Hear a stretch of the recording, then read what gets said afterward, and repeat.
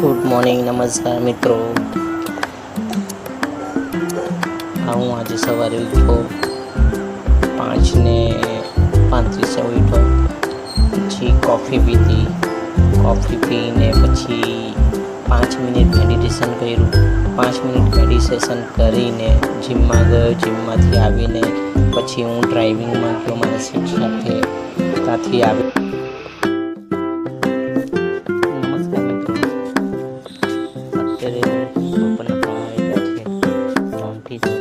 Swiggy ચાલુ કર્યું છે. પાર્ટ ટાઈમ ફ્રી છું એટલે કર્યો છું.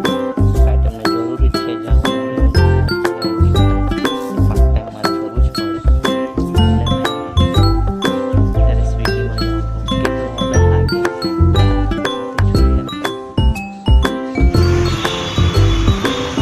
આ પહેલો ઓર્ડર લીધો.